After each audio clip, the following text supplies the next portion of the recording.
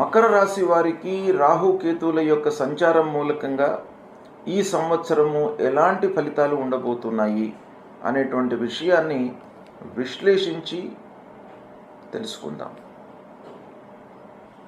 ఈ సంవత్సరము 18 మే 2025 నుండి 5 డిసెంబర్ 2026 వరకు రాహువు కుంభరాశిలో సంచరిస్తున్నాడు. ఇదే సమయంలో కేతువు సింహరాశిలో సంచరిస్తున్నాడు. అంటే 18 మే రోజున రాహువు మీనం నుండి కుంభరాశిలోకి ప్రవేశించినాడు. కేతువు కన్యారాశిలో నుండి సింహరాశిలోకి ప్రవేశించినాడు. అయితే ఈ సంచారము మకర రాశి జాతకులకు ఎలా ఉంటుంది అనేటువంటి విషయాన్ని మనం చూసినట్టయితే, రాహువు కుంభరాశి కనుక మకర రాశి వాళ్లకు 2వ స్థానం అవుతుంది, అంటే ద్వితీయ స్థానం అవుతుంది. ద్వితీయ స్థానం లోపల రాహువు ప్రతికూలమైనటువంటి ఫలితాలను ఇస్తాడు. అంటే గోచార రీత్యా 2వ స్థానము రాహువుకు ప్రతికూలమైనటువంటి స్థానం గనక రాహువు యొక్క కారకత్వాలు, ఆ స్థానం యొక్క కారకత్వాలు, వీటిపైన రాహువు యొక్క సంచారము ప్రబలంగా మనకు ఎఫెక్ట్ చూపించేటువంటి అవకాశాలు ఉంటాయి.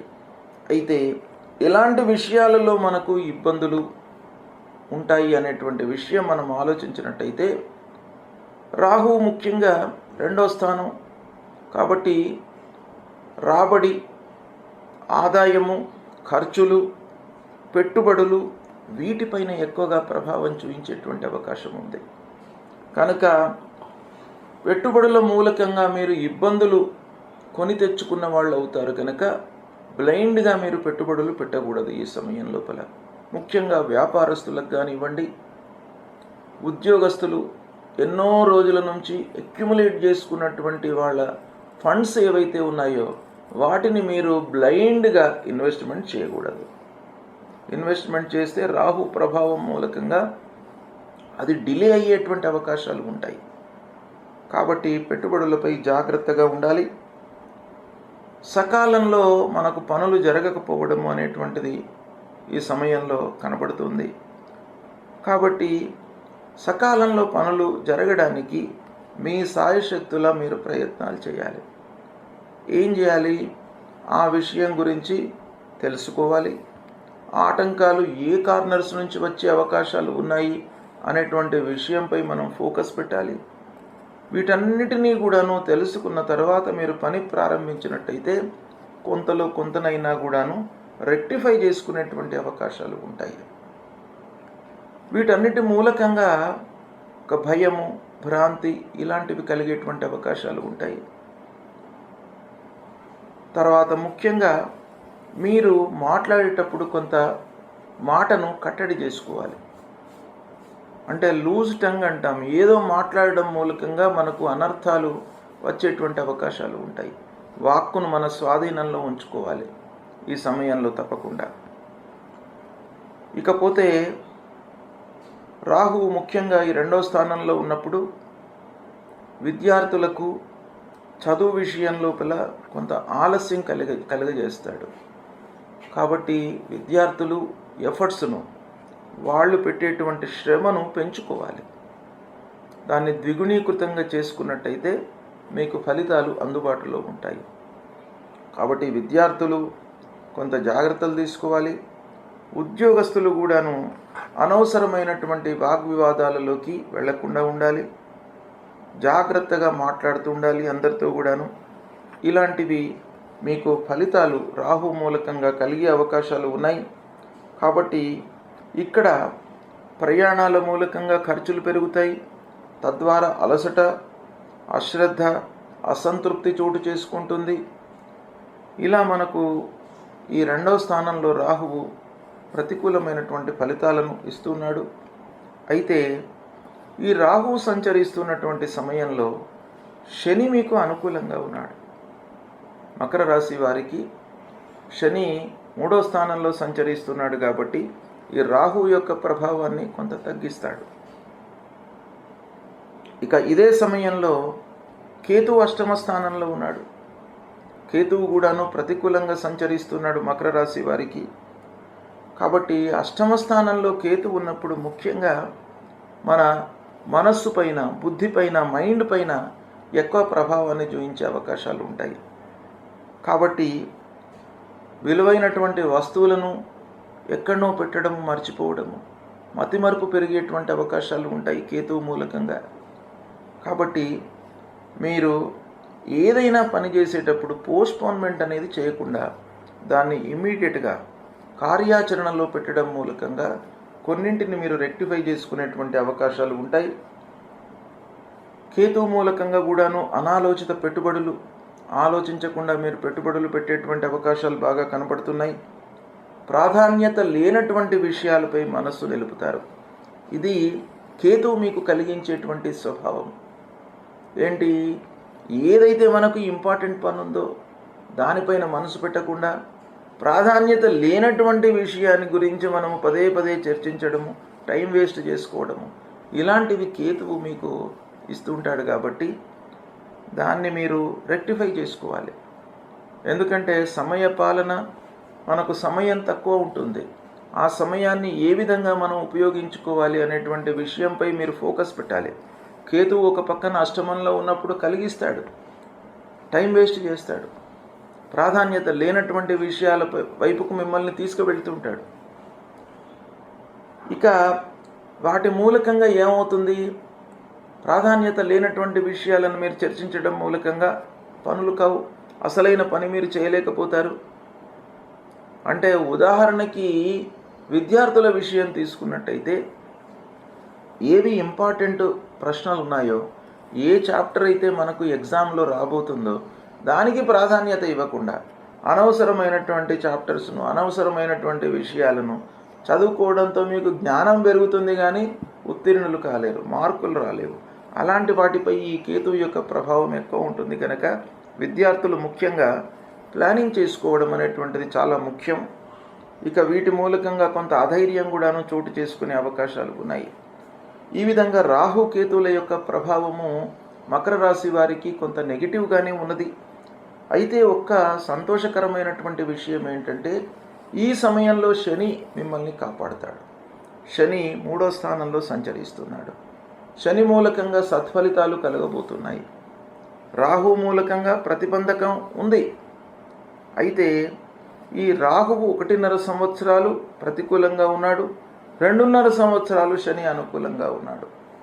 కాబట్టి ఈ రెండింటినీ క్లబ్ చేసి చూసినట్టయితే మనకు ప్రారంభంలో 1.5 సంవత్సరాలు కొంత యావరేజ్గా జరుగుతుంది. దాని తర్వాత శని ప్రభావం బాగా ఉంటుంది. శని బాగా మీకు అనుకూలిస్తాడు. కాబట్టి రాహు యొక్క ప్రభావము, కేతు యొక్క ప్రభావము కొంత తగ్గే అవకాశాలు ఉన్నాయి. ఏది ఏమైనా కూడాను రాహువు కేతువులు ముఖ్యంగా మనపైన, శరీరం పైన, మనస్సు పైన, బుద్ధి పైన, మనం చేసేటువంటి విషయాలపైన ప్రభావాన్ని చూపిస్తారు. ఆరోగ్య సమస్యలను క్రియేట్ చేస్తారు. కాబట్టి కొంత జాగ్రత్తగా మీరు నిర్ణయాలు తీసుకోవడం అవసరము. ఇలాంటి స్థితి ఉన్నప్పుడు ప్లానింగ్ అనేటువంటిది చాలా ముఖ్యం. గుడ్డిగా చేయకూడదు. ప్లాన్తో మనం ముందుకు వెళ్ళినట్టయితే సక్సెస్ రేట్ పెరుగుతుంది.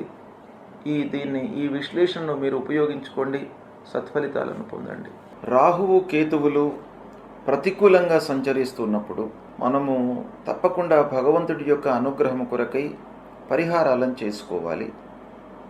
పరిహారాలను చేసుకుంటూనే మన చేతిలో ఉన్నటువంటి కర్తవ్యాలను, అంటే మనము ఏ విధంగా రెక్టిఫై చేసుకోగలము అనేటువంటి విషయం పైన కూడాను మనస్సు నిలపాలి. అంటే రాహువు కొన్ని ప్రతిబంధకమైనటువంటి ఫలితాలను ఇస్తుంటాడు, మనస్సును చంచలంగా ఉంచుతాడు. కాబట్టి మనస్సును కట్టడి చేసుకోవడానికి ఒక ధ్యానం లాంటిది, ఒక యోగా, ఇలాంటివి చేసుకోవడం మూలకంగా మనము శారీరకంగా కొన్ని పరిహారాలను, వాటిని కంట్రోల్ చేసుకోవడానికి అవకాశాలు ఉంటాయి. ఇక రెండవది, భగవంతుడి అనుగ్రహం కొరకై కొన్ని పరిహారాలు. మొట్టమొదలు ఏం చేయాలి, రాహువు ప్రతికూలంగా ఉన్నప్పుడు, ప్రతికూలము అనంటే జన్మస్థానంలో సంచరిస్తున్నప్పుడు, ద్వితీయ స్థానంలో సంచరిస్తున్నప్పుడు, చతుర్థం అర్ధాష్టమ స్థానంలో సంచరిస్తున్నప్పుడు, పంచమ స్థానంలో సంచరిస్తున్నప్పుడు, సప్తమ స్థానంలో సంచరిస్తున్నప్పుడు, అష్టమ స్థానంలో సంచరిస్తున్నప్పుడు, నవమ స్థానంలో సంచరిస్తున్నప్పుడు, దశమ స్థానంలో సంచరిస్తున్నప్పుడు, ద్వాదశంలో సంచరిస్తున్నప్పుడు. అంటే ప్రతికూలమైనటువంటి స్థానాలే రాహువుకు ఎక్కువగా ఉన్నాయి. 3, 6, 11 ఈ 3 స్థానాలే రాహువుకు శుభాన్ని కలిగించేటువంటి స్థానాలు. అయితే రాహుకేతువులకు ప్రత్యేకమైనటువంటి స్థితులు ఉన్నాయి.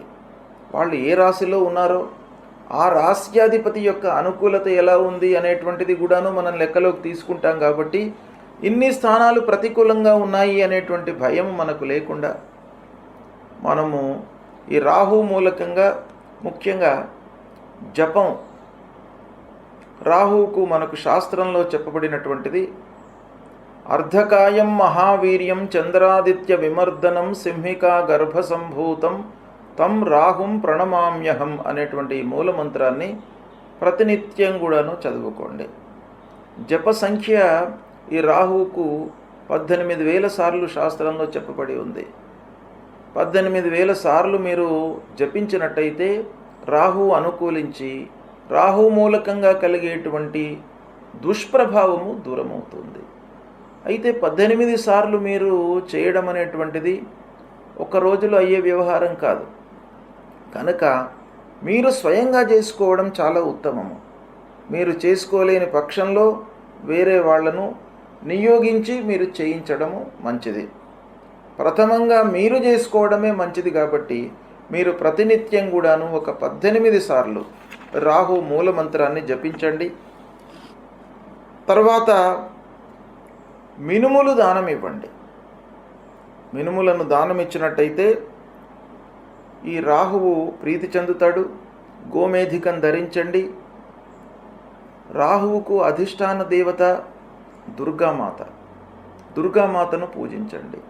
దుర్గా దేవాలయానికి వెళ్ళండి. మహాకాళి, మహాసరస్వతి, మహాస్వరూపిణి అయినటువంటి ఆ అమ్మవారిని పూజించండి. దుర్గామాతను పూజించడం మూలకంగా మీకు భయభ్రాంతులు లేకుండా అమ్మవారు మిమ్మల్ని కాపాడతారు. కాబట్టి రాహు ప్రీత్యర్థమై దుర్గాదేవిని తప్పకుండా పూజించండి. అమ్మవారి యొక్క అనుగ్రహాన్ని పొందండి. ఈ విధంగా మీరు రాహు కొరకై చేయండి. ఇక కేతువు విషయం ఆలోచించినట్టయితే కేతువుకు కూడాను ఇవే స్థానాలు ప్రతికూలమని శాస్త్రం చెప్పింది. 3, 6, 11 స్థానాలు అనుకూలం. అనుకూలంగా ఉన్నప్పుడు మీరు చేయవలసినటువంటి అవసరం లేదు. ప్రతికూల స్థానాలలో సంచరిస్తున్నప్పుడు మట్టుకు తప్పకుండా మీరు పరిహారాలు చేసుకోవడం మంచిది. కేతు ప్రీత్యర్థమై పలాశ పుష్ప సంకాశం తారకా గ్రహమస్తకం రౌద్రం రుద్రాత్మకం ఘోరం తం కేతుం ప్రణమామ్యహం అనేటువంటి మూలమంత్రాన్ని 7,000 సార్లు జపించాలి. 7,000 సార్లు అనంటే మీకు ఒకరోజు 2 రోజులలో అయ్యేది కాదు.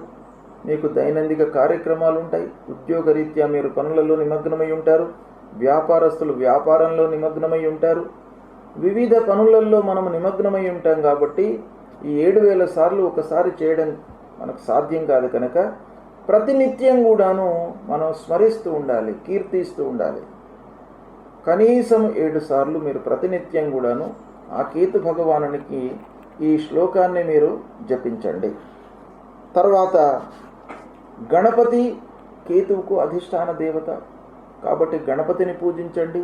గణపతి దేవాలయానికి వెళ్ళండి. మీకు ఆటంకాలు రాకుండా గణపతి మిమ్మల్ని కాపాడుతాడు. ఉండ్రాళ్ళు నైవేద్యం పెట్టండి. ఉండ్రాళ్ళను మీరు ఆ నైవేద్యాన్ని మీరు ప్రసాదంగా తీసుకొని సేవించండి.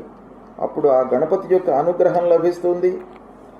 తర్వాత కేతువుకు ఉలువలు దానం ఇవ్వండి. తర్వాత వైడూర్యం అనేటువంటిది ఉంటుంది. ఆ వైడూర్యాన్ని ధరించండి. ఇవి చేసినట్టయితే రాహు కేతువుల మూలకంగా మనకు ప్రతికూలమైనటువంటి స్థానాలలో సంచరిస్తున్నటువంటి దుష్ప్రభావము దూరమవుతుంది.